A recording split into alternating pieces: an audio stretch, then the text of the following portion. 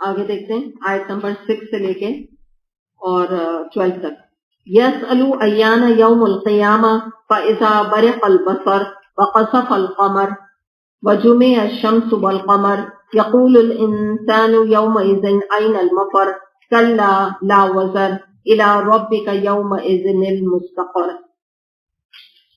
پوچھتا ہے آخر کب آنا ہے قیامت کا دن، پھر جب دیدے پتھرا جائیں گے، چاند بے نور ہو جائے گا اور چاند سورج ملا کر ایک کر دیے جائیں گے، اس وقت یہی انسان کہے گا کہاں بھاگ کر جاؤں. ہرگز نہیں، وہاں کوئی جائے پناہ نہ ہوگی، اس روز تیرے رب ہی کے سامنے جا کر ٹھہرنا ہوگا. اب بتایا جا رہا ہے یہاں پہ جو بات آ رہی ہے اس کی کہ پوچھتا ہے کہ آخر کب آنا ہے قیامت کا دن. اچھا یہ یاد رکھیے کہ یہ کفار کا ذکر ہے نا، تو یہ اس سینس میں نہیں پوچھ رہے ہیں کہ ان کو تائب ہونا ہے، ان کو کوئی جھکنا ہے اللہ کے آگے کہ اللہ تعالیٰ ہمیں بتا دیں کب قیامت کا دن آئے تو ہم ذرا کچھ اپنے اعمال کو ٹھیک کر لیں. یہ نہیں ہے، یہ طنز ہے. یعنی مراد یہ ہے، یہ طنزیہ انداز میں نبی کریم صلی اللہ علیہ وسلم سے کہا کرتے تھے کہ آخرت کا دن، آخرت کی تیاری کریں. اچھا کب آنے والی ہے آخرت؟ یہ انداز ہے. کب آئے گی ذرا بتائیں تو صحیح. جیسے میں ابھی آپ سے کہوں کہ آپ لوگوں کا ٹیسٹ ہونے والا ہے، ٹھیک ہے، تو جنہوں نے ٹیسٹ نہیں دینا ہے نا تو وہ کیا کہیں گے؟ اچھا، مطلب وہ کرنا ہی نہیں، انہوں نے فہم وہ کرتے نہیں ہے، ٹھیک ہے، فہم کی بات ہے. تو کیا کہیں گے؟ وہ کہیں گے اچھا ملنے والا ہے فہم، کس دن ملے گا؟ تو میں کہوں گی بھائی اگلے ہفتے ملے گا. اچھا ٹھیک ہے، تو کیا مطلب دے ڈونٹ کیئر، ٹھیک ہے نا. مطلب میں ویسے ہی کہہ رہی ہوں، آپ لوگ دکھ نہ کریے گا، ہرٹ نہ ہو جائیے گا، میں سمجھانے کے لیے آپ کو کہہ رہی ہوں، کیونکہ کچھ لوگ نہیں کرتے نا فہم، تو ان کو اس اناؤنسمنٹ سے کوئی فرق نہیں پڑتا. میں نے کہا نا کہ آپ ان سے میمونہ سے فہم لے کے جائیے گا. تو جو لوگ نہیں کرتے تو وہ اس بات کو ایک کان سے سنیں گے، دوسرے ڈالیں گے، دوسرے کو ان کے لیے انٹرسٹ نہیں ہے اس خبر میں نا، کہ انہوں نے کرنا ہی نہیں فہم. ٹھیک ہے، جنہوں نے کرنا ہے تو وہ غور سے بات کو سنیں گے نا، فوراً جائیں گے لینے کے لیے کہ اچھا اناؤنس ہو گیا، فہم آ گیا، میں فوراً لے لوں کیونکہ مجھے کرنا ہے. اور پھر ریٹرن بھی کیا ڈیٹ، ریٹرن اور کیا ہے ڈیٹ، کون سی ہے ریٹرن ڈیٹ کیا ہے، فوراً آگے کی بھی ان کو فکر ہوگی. تو بالکل یہی والی بات یہاں پر ہے کہ وہ اس انداز سے پوچھ رہے ہیں کہ آنی وانی تھوڑی ہے قیامت، امپاسبل ہے. تو چلو ایسی استاذہ کرو، مذاق اڑاؤ بات کا. اور دوسری بات یہ ہے کہ جب وہ امپاسبل کوئی چیز کو آپ سمجھنے لگے نا کہ یہ چیز واقعی نہیں ہونی ہے یا ہوگی تو بس کچھ ایسے ہی تھا، پتہ نہیں حقیقت ہے کہ نہیں، قیامت آئے گی کہ نہیں، پتہ نہیں اللہ تعالیٰ نے حجاب کے لیے کہا بھی ہے کہ نہیں، ہمیں ایسے ہی فضول اپنے میک اپ اور بال اور اپنے ٹاپس کی قربانیاں دیتے پھر رہے. ہوتا ہے نا یہ چیز ذہن میں آ جاتی ہے. تو کیا ہے کہ جب یہ چیز میں انسان کو شک پڑ جائے نا تو پھر وہ اپنی گناہ اور جو اس کی معصیت کے کام ہے نا اس پہ اور جم جاتا ہے. اور یہ چیز تبھی ہوتی ہے جب انسان کچھ شک کے بیج کو اپنے دل میں بوتا ہے. نیت، میں نے بار بار آپ کو کہہ رہی ہوں یہ چیزیں نیت پر ڈیپینڈ کرتی ہیں. دوسری بات کیا اللہ تعالیٰ نے فرمایا، اچھا یہ جو تم سوال کر رہے ہو کہ قیامت کب آئے گی، تو میں بتا دیتا ہوں تمہیں کیا دن ہوگا. وہ جب دیدے پتھرا جائیں گے، یعنی کیا آنکھیں جو ہے نا پتھر کی طرح، پتھر کیا مطلب پتھر نہیں بن جائیں گی، مقصد شاکنگ. یہ ایک شاکنگ ایکسپریشن ہے جو کہ کافروں کے لیے سے بڑھ کر شوق انہیں کیا ہوگا. ہمیں تو اللہ تعالیٰ نے قرآن دے دیا، جو قرآن پڑھے گا اس کو تو سب پتہ ہے. پل صراط کیا ہے، قبر میں سوال ہوگا، پھر پل صراط ہے، پھر نام اعمال ہے، پھر یہ ہے جنت ہے، دوزخ ہے، سب پتہ ہے نا. ہر چیز میدان حشر کا پتہ ہے. بہت ساری الحمدللہ اللہ کا احسان ہے کہ قرآن سے تو ہر چیز پتہ ہوتی ہے. تو دیدے کس کے پتھرائیں گے؟ جو دہشت اور حیرانی کے ساتھ قیامت کے دن کو دیکھے گا اور کہے گا واٹ از دس، یہ کیا ہے، یہ تو میں نے کبھی سوچا ہی نہیں تھا، یہ کیسی چیز ہے. ہاں کبھی میرے کان میں کچھ باتیں تو آتی تھی مگر میں اگنور کر دیتا تھا، میں سنتا ہی نہیں تھا. تو اب اللہ تعالیٰ اس کو ایکسپلین کر رہے ہیں، چاند بے نور ہو جائے. اب آپ دیکھیں نا چاند کے بے نور اور سورج اور چاند ملا کر ایک کر دیے جائیں گے. ظاہر سی بات ہے سورج کو جب گرہن لگتا ہے اس وقت بے نور ہوتا ہے. تو آپ یہ دیکھیے کہ یہ جو علامات ہیں یہ قیامت میں، تو اس میں روشنی نہیں رہے گی. تو یہ ساری چیزیں انیوژل ہے نا. ہم تو یہاں پڑھ رہے ہیں، ہمیں تو پتہ ہے مسلمانوں کو یا قرآن پڑھنے والوں کو تو ان چیز کے بارے میں پتہ ہے. چاند سورج ملا کر ایک کر دیے جائیں گے، یعنی آپ اس کو یوں سمجھیے کیوس ہو جائے گا. ٹھیک ہے نا. ایک کیا مطلب ہے کہ سورج جو ہے وہ بھی تاریک ہو جائے گا، چاند بھی جو ہے وہ بھی تاریک ہو جائے گا. تو دونوں کیا ہو گئے؟ ایک جیسے ہو گئے. کوئی فرق ہی نہیں ہے، پتہ ہی نہیں چل رہا کون سا چاند ہے کون سا سورج. ویسے تو یہ ہوتا ہے کہ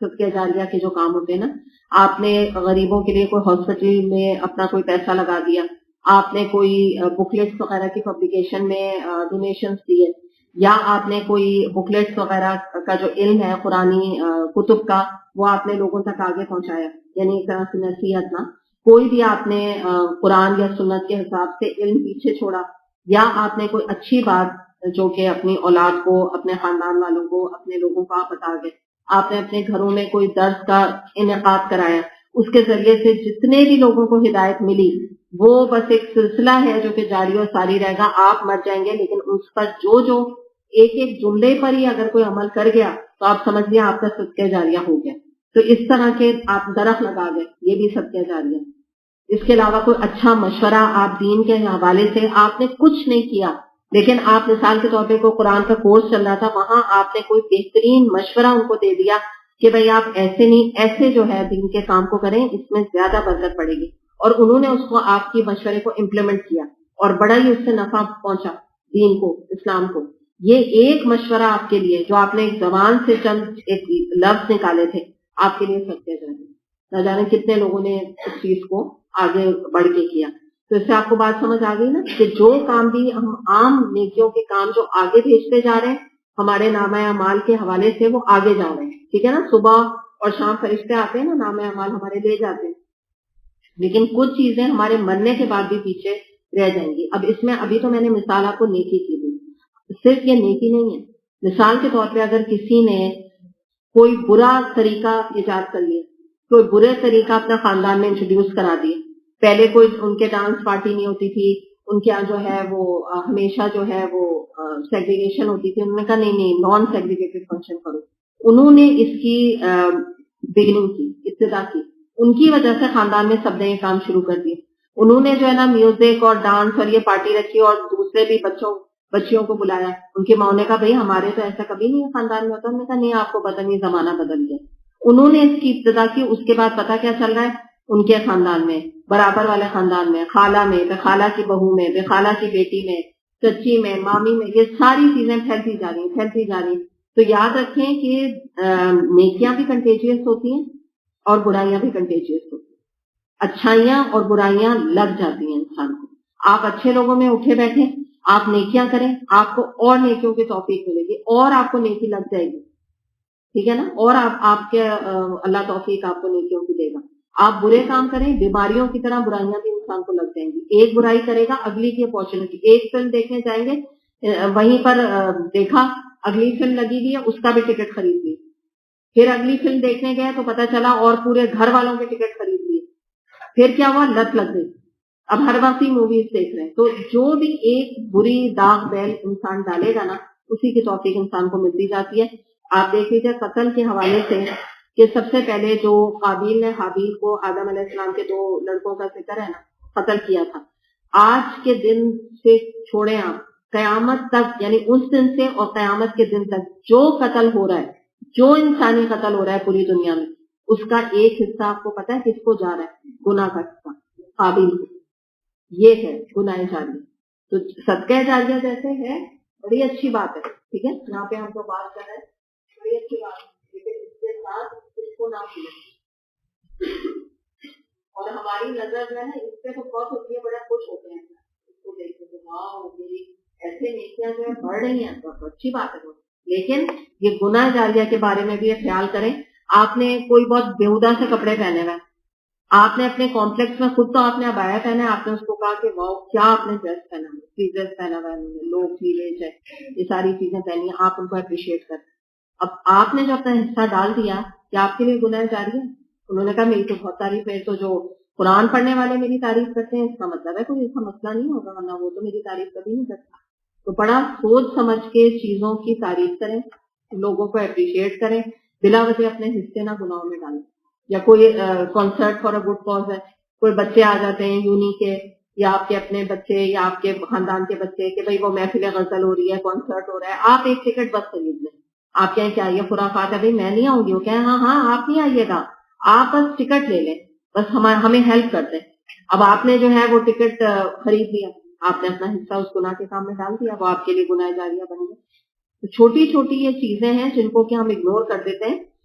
تو اس کا یہاں پہ ذکر ہے. اور دوسرا جیسے میں نے آپ کو پہلے بھی معنی بتائے تھے، یہ بھی اس کے معنی بنتے ہیں کہ قدمہ کا مطلب ہے کون سی نیکی فوراً کر لی، اور اخر کا مطلب ہے کہ کس نیکی کو پوسٹ پون کر دیے، کس چیز کو جو ہے نا کہا کہ حج ہے نا پھر کر لیں گے، قرآن ہے نا تو پھر پڑھ لیں گے، 70 سال کے ہو جائیں گے تو نیک بن جائیں گے. تو دونوں چیزیں اس کے اندر آتی ہیں. اور اس کو جو اخر ہے اس کو یہ کہا جاتا ہے کہ آپ یوں سمجھ لیجیے کہ مرنے کے بعد بھی ہم نے دنیا میں ہم اپنے امپرنٹ، اپنے امپریشن پیچھے چھوڑ رہے ہیں، جو کہ ملٹیپلائی ہو کے ہمارے انشاءاللہ تعالیٰ جو بھی نیک کام جو انسان کرے گا تو اللہ تعالیٰ کے پاس جب یعنی بلکہ قبر میں اس کو کہتے ہیں کہ بونس کی شکل میں اس کے یہ جو اعمال ہے وہ ملٹیپلائی ہو کے بڑھتے چلے جائیں گے. ایون وہ مرا ہوا ہے لیکن اس کے یہ اعمال ملٹیپلائی ہوں گے. دیکھیے زکوٰۃ آپ نے دی نا، یہ آپ کے اوپر فرض تھی، دنیا میں حساب کتاب آپ کا پورا ہو گیا. زکوٰۃ صدقہ جاریہ میں نہیں ہے، ٹھیک ہے. آپ نے جو دنیا میں زکوٰۃ دے دی وہ ہو گئی. آپ نے کسی غریب کو کھانا کھلا دیا، اس نے کھانا کھا لیا، اس کی پیٹ کی بھوک جو ہے وہ پوری ہو گئی. لیکن آپ نے ہاسپٹل میں لگایا تو آج تک جو وہاں پہ فائدہ اٹھا رہے ہیں، آپ نے کوئی مشین لگا دی، ڈائلسس مشین لگا دی، آج تک آپ کے مرنے کے بعد بھی وہ فائدہ اٹھا رہے ہیں، صدقہ جاریہ. قرآن آپ کسی کو آپ نے پڑھا دیا یا قرآن کی تعلیم کو آگے پہنچا دیا، آپ مر گئے لیکن جو اس پہ عمل کر رہا ہے آپ کے لیے صدقہ جاریہ ہے. تو فائن لائن ہے، لیکن کچھ چیزیں جو ہے وہ صدقہ جاریہ کے زمرے میں نہیں آتی، although وہ نیکیاں ہوتی. آپ کی دنیاوی تعلیم ہے، کوئی بری بات نہیں، پازیٹیو علم ہے، لیکن آپ کے مرنے کے ساتھ ہی ختم. بس جو علم تھا وہ ہو گیا. اگر آپ نے ہاں نیت کی بھی تھی کہ اللہ کی رضا کے لیے آپ کوئی سائنٹیفک ریسرچ کر رہے ہیں، دیٹس فائن، پھر تو آپ کے لیے صدقہ جاریہ ہے. لیکن اگر بغیر نیت کے کسی نے کوئی پی ایچ ڈی کر لیا، کسی نے جو ہے وہ لٹریچر میں ماسٹرز کر لیا، تو لٹریچر ایسا سبجیکٹ ہے وہ کیا صدقہ جاریہ. بس ٹھیک ہے، ایک دنیاوی لحاظ سے ایک علم تھا، آپ نے اس کو، اللہ نے کوئی حرام نہیں کیا، آپ نے پڑھا، ٹھیک. کوئی چیز غلط تھی تو اس پہ پکڑ ہے، اگر نہیں تھی تو صحیح. یہ چیز ہے. تو اس میں ہر چیز صدقہ جاریہ میں نہیں آئے گی، اس بات کو یاد رکھیے گا. یہ مخصوص نیکیاں ہیں جس کے بارے میں ہمیں حدیث بھی ملتی ہے کہ صدقہ جاریہ کے اندر کنویں کھدوانا اور مختلف قسم کی درخت وغیرہ، یہ تمام چیزیں نیکیاں آتی ہیں. اس کے علاوہ دوسری چیز ہے کہ دینی علم یا دینی کوئی بھی جو اللہ کا پیغام ہے کوئی انسان پیچھے چھوڑ جائے. اور نمبر 3 چیز ہے کہ والدین کے حق میں جو بھی اولاد جو ہے ان کے مرنے کے بعد جو ان کے لیے استغفار کی دعا کرتی ہے تو وہ بھی صدقہ جاریہ سے ضمن آتی ہے. 3 چیزیں ہیں، ٹھیک ہے. ایک جنرل کام ہے جن میں کہ پانی سب سے زیادہ ہے، اور مدرسے ہاسپٹل وغیرہ کا بنانا، مسجد کا تعمیر کرنا، مدرسوں کو سپورٹ کرنا، ان کے لیے ہر طرح سے مینٹیننس، ہر چیز کا انتظام وغیرہ کرنا، اور اولاد کا بھی جو استغفار کی دعا کرتی ہے وہ بھی صدقہ جاریہ کے ضمن. بالکل بچوں کو، اسٹوڈنٹس کو پڑھانا، ہاں اسٹوڈنٹس کو قرآن، اسٹوڈنٹ کو پڑھانا، یہ ساری چیزیں صدقہ جاریہ کا